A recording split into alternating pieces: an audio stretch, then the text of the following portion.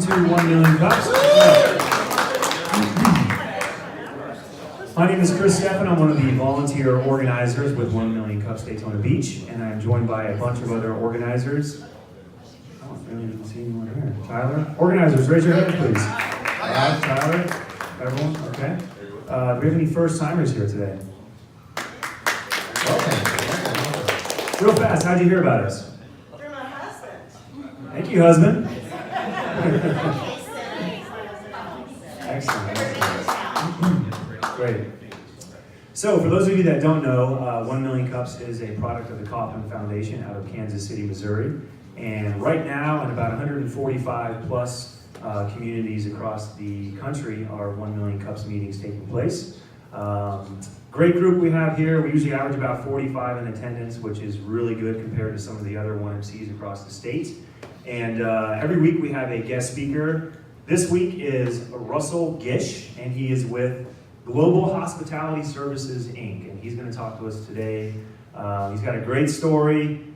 He's not a chef. He's got some experience as a chef, but let's clear that up. He's not a chef. He's going to talk about recruitment and hospitality, and he's got a great story. So without further ado, let's welcome Russell.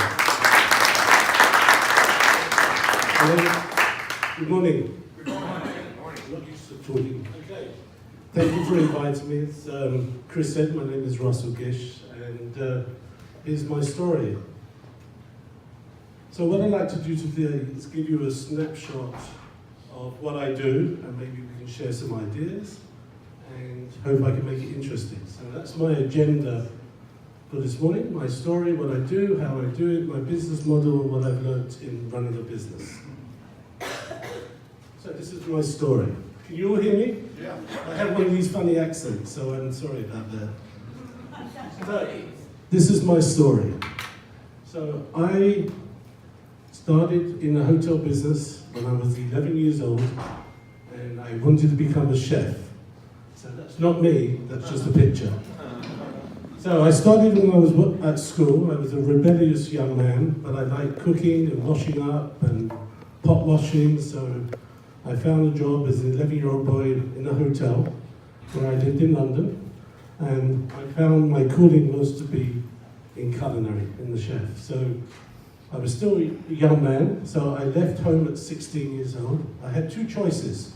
Choice number one, my father said, "You're an angry young man, you should go to the army." But in the end, I went to the Savoy Hotel in London, and I did an apprenticeship, which actually was worse than the army. So I did that for a number of years. I worked in other five-star hotels in London, and then I realized I actually had a brain and a gift. So I ended up, while I was working in London, I went to culinary school, and I was on my path to be a chef. So after a number of years, I wanted to travel, so I found a job in America, and I landed in Dallas and Houston, and I became an executive chef for hotels. And I did that for a number of years, and I moved back to London, and I worked in more hotels as an executive chef, and then I enjoyed teaching. So I joined a company called the Cordon Bleu Cookery School, and I helped open up that school in London, working in Paris and in Tokyo with the culinary school. So I changed from working in a hotel environment to an academic teaching environment. Can everybody see these slides? Yes. Okay, so I've still got a sore throat, but I don't have the flu virus, so don't worry. So, through my contacts, I found a job. I was recruited, funny enough, to go to Hong Kong, and I wanted to lose my white jacket and put on a suit jacket, and I was fascinated by the restaurant business. So I then joined a company in Hong Kong to do restaurant operations and do franchising of certain restaurant concepts, which led me to move into private members clubs in Hong Kong, China, and Taiwan. I then also wrote a food column because my family name was Gish, and I wrote an anecdotal story column called Gish's Dishes. So there's always stories in the kitchens, you see it on TV. So I wrote about them and I gave people recipes, which was a bit of fun. I also had a restaurant business, but we won't talk about that because I'm still trying to make money from it. And then I joined a consulting company, a hotel consulting company, to do operational studies for luxury hotels. And that led me to be involved with executive search. And somebody said to me one day, Russell, we're looking for a general manager. And I put my hand up and said, I know what GM is. I'll find you one. But that wasn't really executive search, but that's how I started in the business in 1998. So with the downswing of the economy in Asia, I was then recruited to come to Orlando. So I was recruited by another search company, which was a contingency search, which we'll talk about later on. I joined in 1998. I worked there for about 5 years as the senior vice president, lovely title, but I learned how to do the search business, looking for talent, but on a contingency basis. So in 2003, I thought, I'm going to start my own business. So I started my own business from my house in Winter Park, Florida, and in a spare bedroom. And after a number of years of, I suppose, being a little bit successful in doing what I do, but I did a retained search, which I'll explain. I opened an office in Singapore. I grew the office in Winter Park. I travel a lot, as you'll hear. And here I am today, 15 years later. I don't have the office in Winter Park. I sort of downswing a little bit, and here I am in Ponce Inlet, so I still do my business, but not as strongly as before. So I would like to say I'm not retired. I tried to retire, but clients keep giving me more work.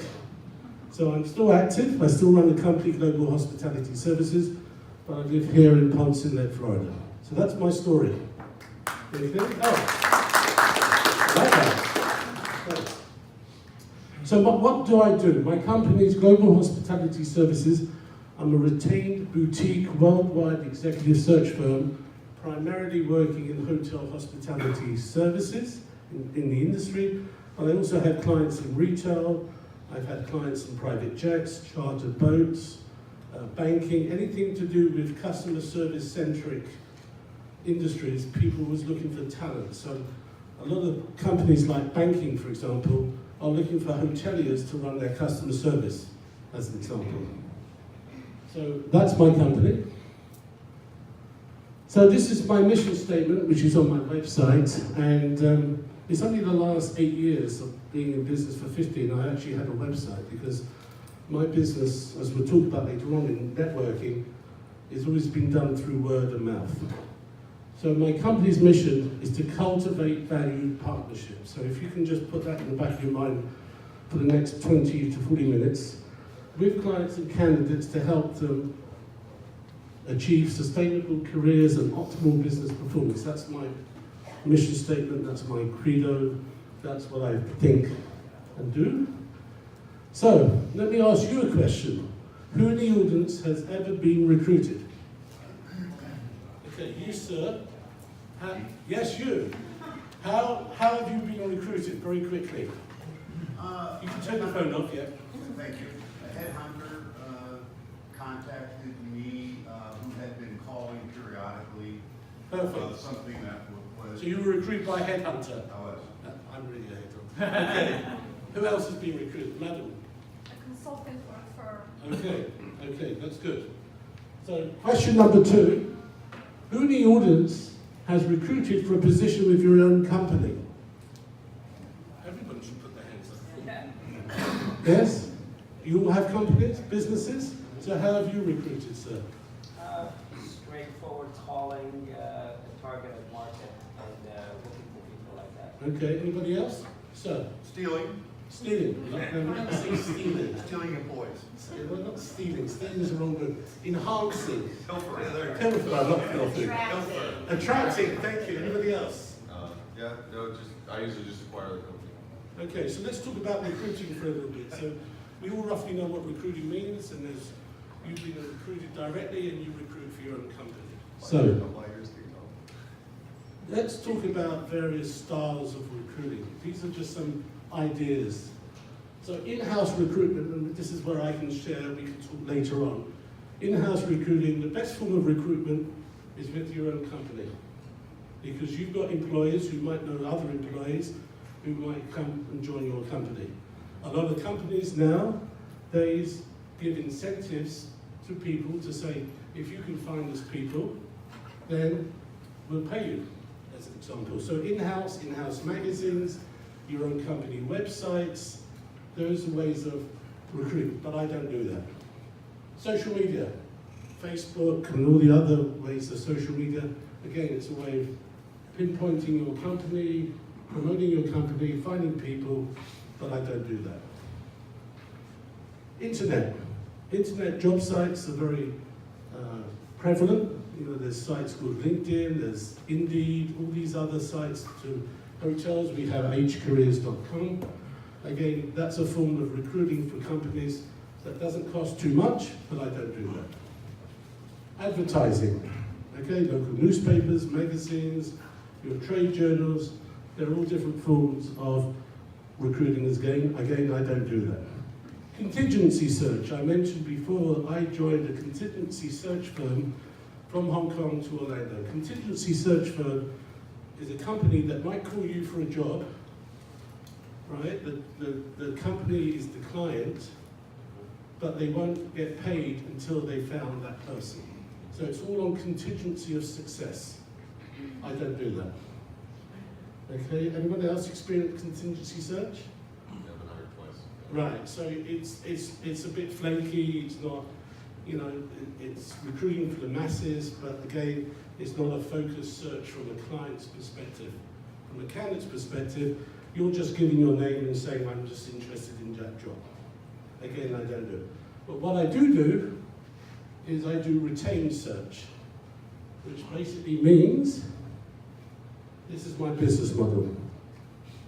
So I need a commitment from a client before I do anything. So my business model, as I call it, and I don't deviate in business models, is that I work on 3 structures. I have a basic fee structure, which is paid in 3 parts.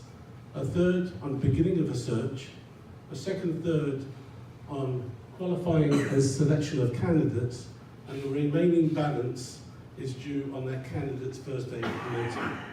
So what that means is I have a client's commitment because he's paying me money to find Andy a new president for all aboard storage, for example. If I approach candidates at a senior level and say to them, I'm a retained search, they will listen to me because they know that we have a very strong bona fide search that I've been paid by a client to go after or steal, but I don't steal. I try to enhance them to a new position. So I'm a retained search. So that means whether the candidate gets the job or not, I still get paid a full fee. It's a bit like engaging a lawyer in lots of ways. So I get paid in 3 parts. My fee structure is based on the base salary of a candidate's salary. So the minimum structure I work at 25%, which is normal to about 30%. And then it's paid in 3 installments. And once it starts, I'll explain later on how I do the process. So that's my business model. Sounds exciting, but it's taken me a long time to get there. Okay, recruiting formula, which is important for you to know that for me, I need a committed client who's committed to find this person.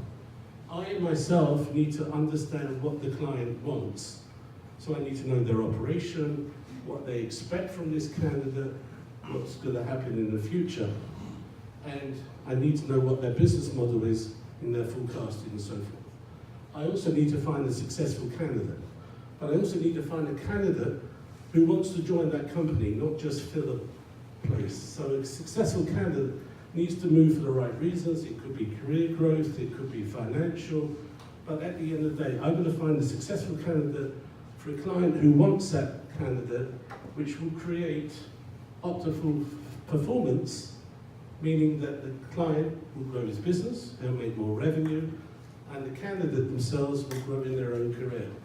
And on a personal note, be happy to live wherever they're moving to. Does that make sense a little bit? Okay, you can't, in recruitment, especially executive retained recruitment, I can sell Barry, I can force you to say, this is a great job, you've got to have it just so I can make a fee. But that doesn't help the client in the end because you're not going to be happy, he's not going to be happy, and then you're not going to make money. Or the client's not going to make money in his business. So it all has to fit perfectly like a jigsaw puzzle to make a great performance for everybody at the end. So, how do I do it? And this is something we can talk about for hours, but I'll try and simplify it. Networking is probably the biggest thing that I've done for 20 years. So even when I started as a 16-year-old boy in the Savoy, today the Savoy is my client. So networking never stops. Today we're networking. You know, I never take anything for granted. I travel around the world. I go to business forums, I go to travel shows, I meet people, I go to investment conferences for hotels and property that potentially could be a client, but I'm networking. I'm not making a relationship, I'm just meeting X or Y at the moment. But you have to build up a network. You will have a business, but you can't just meet somebody and say, hey, I'm selling windows. You have to nurture that network to then nurture a relationship. So relationship building in my business is probably the most important thing because I'm still talking to people 20 years later who were at a junior level who are now my clients. Because you have to continually nurture that relationship which hopefully gains their trust and hopefully will get you a business. But if you don't have a relationship with the person, you won't get the business. You might do, but a business that's a very short-term fix. A long-term fix is you constantly developing relationships, which builds up trust, which then allows you to sell your product or your service, and then you deliver your service, or you deliver your service. So for me, I built up a relationship with a hotel owner who was looking for a GM. It's taken me 5 years to get to know him. One day he phones me up and says, Russell, I want to retain you for this job. So then I have to deliver because I've spent the last 5 years talking about it. And then you have to continually maintain the quality and consistency of your product and what you do. And then you have to re-enhance the trust again because you can't take things for granted. We all run businesses. Just because you sell a product today, you're going to make sure that it's continually great and good all the way down the line. And then you go back to networking, you start the whole cycle again. So that's how I do it, in theory. You know, I'm constantly developing relationships and talking and traveling, and it seems to have worked. Hands up who networks and builds relationships. Everybody should be. Today is the example. So let me give you a search scenario. This is a fictitious scenario, so it's not true. Last week I was in New York. I wasn't, but I was at a banking, I met a group of bankers, venture capitalists, who found out what I did, who put together multi-millions of dollars together and decided that they wanted to form a hotel group. So I explained what I did. I networked and built up their relationship. They invited me to New York to talk to them. And they want to set up a hotel group called the 1 Million Cups Hotel Group. Sorry. We already took that name, sorry. All right, never mind. Okay. All right, well, it's just broken down. Okay. So my client is the venture capitalists who want to find a CEO for their hotel group, which is a 5-star product, to develop a portfolio of boutique hotels in US and in Europe to be based in Daytona Beach, Florida, headquartered on Beach Street. That was my brief. So this is the fictitious. So how do I find them the CEO? If you remember the previous slides. So what I do is I go with the owners. Again, this is fictitious. We sit down. I'll take the job. Could you leave your resume at the front of the room? So we set up a base salary of $400,000. And then the owners have decided to retain my services.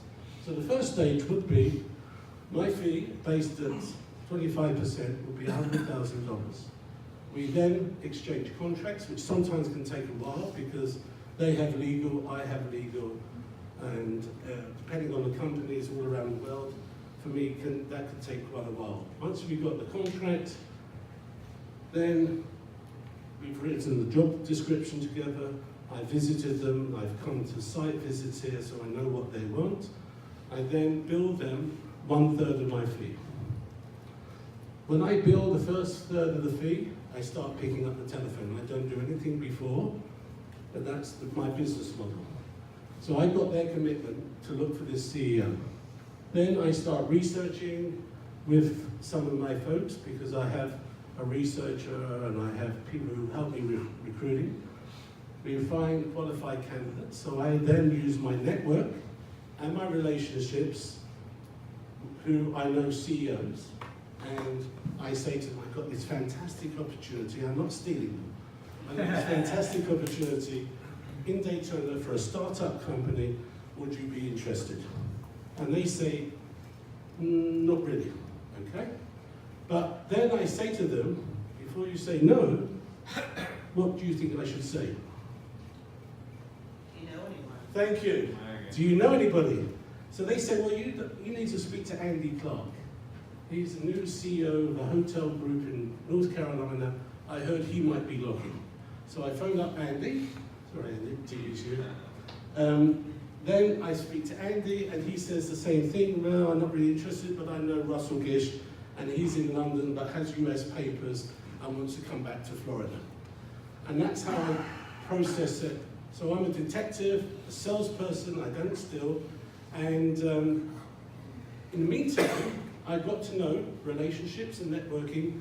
Andy, my other persons I've spoken to, and I'm selling my company and my services to them, building up new relationships. So in the meantime, while I'm working on one search, I'm also networking and building relationships for others.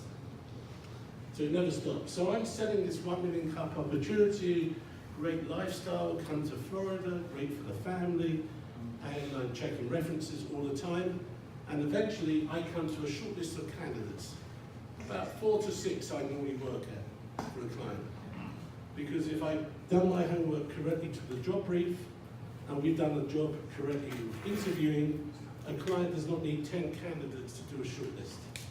So I normally offer 4 to 6 candidates, then we narrow it down to a short list, and then I help them with interviews, and it could be a Skype interview, they fly them internationally, or it could be flown domestically, and then we start negotiating for an offer.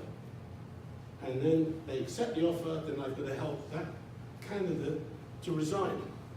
That's also a hard thing. So I have to help them through that process. And sometimes it depends if it's international, especially at that level, they may have to wait 6 months for that candidate to get out of their current contract to start a new contract. So it's always nurturing that relationship, and then eventually on that candidate's first day of commencement, I then invoice the remaining balance. Then I start to remember that cycle. If I place the CEO in Daytona, and I've nurtured that relationship and that trust, that person will need senior people to run his hotel group. So I start my whole thing all over again, reinforcing trust, making sure they're happy, making sure the venture capitalist clients are happy, and basically that's what I do. So I do that for any position, whether it's the 1 million cup hotel group, or if it's a client in Morocco that I have, or it could be in London. I'm currently working on projects in Switzerland, Beijing, London, New York. That is the process that I do for every search assignment I have. So I have many balls in one air, but I only work on about 4 to 6 projects at one go. Because as you can see, there's lots of intangibles and tangibles going on at the same time. So what I've learned, how are we doing for time? Oh, quicker than I thought. I've learned really 2 things in 15 years of having my own company and being in this business for 30 plus years or something. That my main thing is I never take relationships and people for granted. Okay, we might meet people today who might be a business lead. I was at a dinner party in Orlando on Saturday, sitting next to a gentleman who was going to develop a golf business in Florida and needed, like the hotel group, but enough a corporate director of gold for development. And he worked for Trent Jones and some other places. And we're meeting next week. So from a guy who was sitting next to me in jeans, you know, puffing on his cigar, we had a great chat. I got a bit of business. I don't know, he hasn't signed a contract yet. But I don't take anything for granted, especially living overseas and traveling. You know, I always like to meet people, and I meet people at airports, or sit next to them on the plane. And as I say, I travel a lot around the world. I always like to meet people, nurture that network, nurture that relationship, and eventually, hopefully, it will give me business. On the other hand, if I can't do the business, I then help them with other search companies, because not everybody can afford to do a retained search. So I'm here in the same business, we're in the service industry. I'm happy to help people, and in life what goes around will come around. The other thing is, doing executive search and building trust and relationships, especially in retained work, you cannot do it on the computer. You can recruit on Facebook for lower positions and use LinkedIn, but you can't beat knowing somebody, trusting somebody, eventually saying, look Barry, I've got a great opportunity. Would you at least listen to my clients? Well, yeah, maybe I might do. You can't do that on a computer. So after 15 years of doing this, it's very hard to explain to clients, but that's the value I bring to a client. Because a lot of my work with clients, unfortunately, there's an incumbent there. There's somebody in place. So I have to go and nurture, not steal them, nurture and trust them and build up their trust so I can eventually convince them to speak to my client. You cannot do that on a computer. So, with that said, let's chat.